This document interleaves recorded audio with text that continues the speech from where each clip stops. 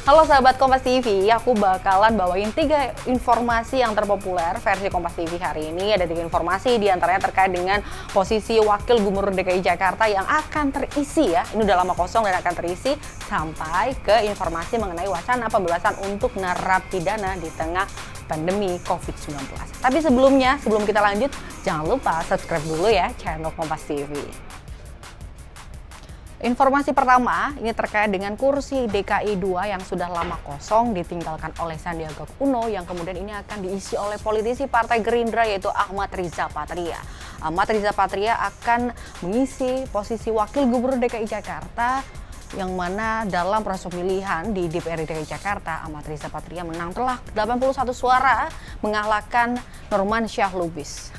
Pemprov DKI Jakarta akan segera memiliki pengganti Wakil Gubernur DKI Jakarta. Dalam rapat paripurna di gedung DPRD DKI Jakarta, Ahmad Riza Patria berhasil memperoleh 81 suara, sedangkan calon lainnya dari Partai Keadilan Sejahtera, yaitu Nurman Syah Lubis, hanya memperoleh 17 suara. Gubernur DKI Jakarta Anies Baswedan juga turut hadir dan menyaksikan proses pemilihan langsung yang dilakukan oleh anggota DPRD DKI Jakarta.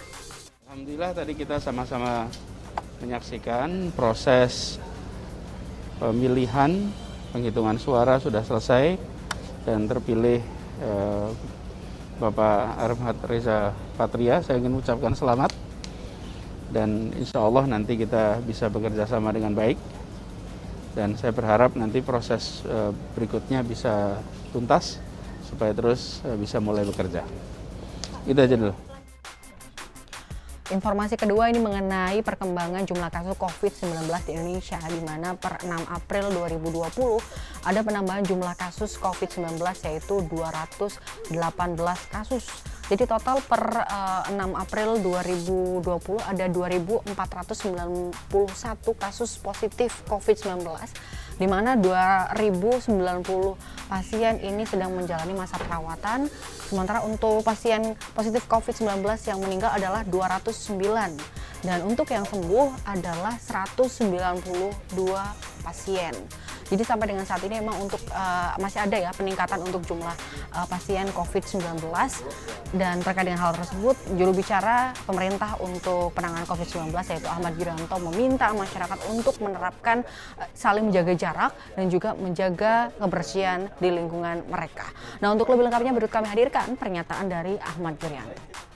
Berikutnya kami laporkan bahwa per 6 April hari ini kami sudah melaksanakan pemeriksaan spesimen terhadap 11.242 orang dan 8.000 atau 80% diantaranya tidak terbukti positif coronavirus 19. Kita prihatin masih ada juga sebagian tenaga kesehatan yang terpaksa harus menderita penyakit ini dan kemudian gugur di dalam melaksanakan tugasnya.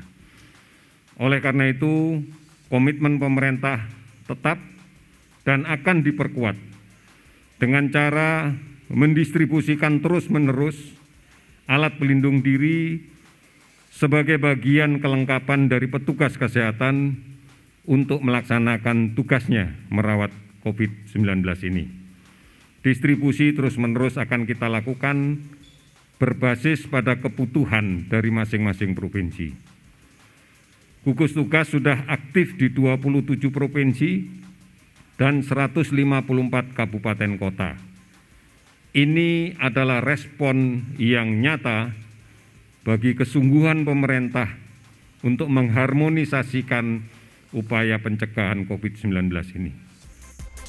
Informasi ketiga ini terkait dengan wacana pemberian pembebasan bersyarat bagi narapidana di tengah pandemi COVID-19, di mana Presiden Joko Widodo menyatakan bahwa pemberian pembebasan bersyarat ini hanya berlaku bagi napi untuk kasus pidana umum dan tidak berlaku untuk narapidana kasus korupsi.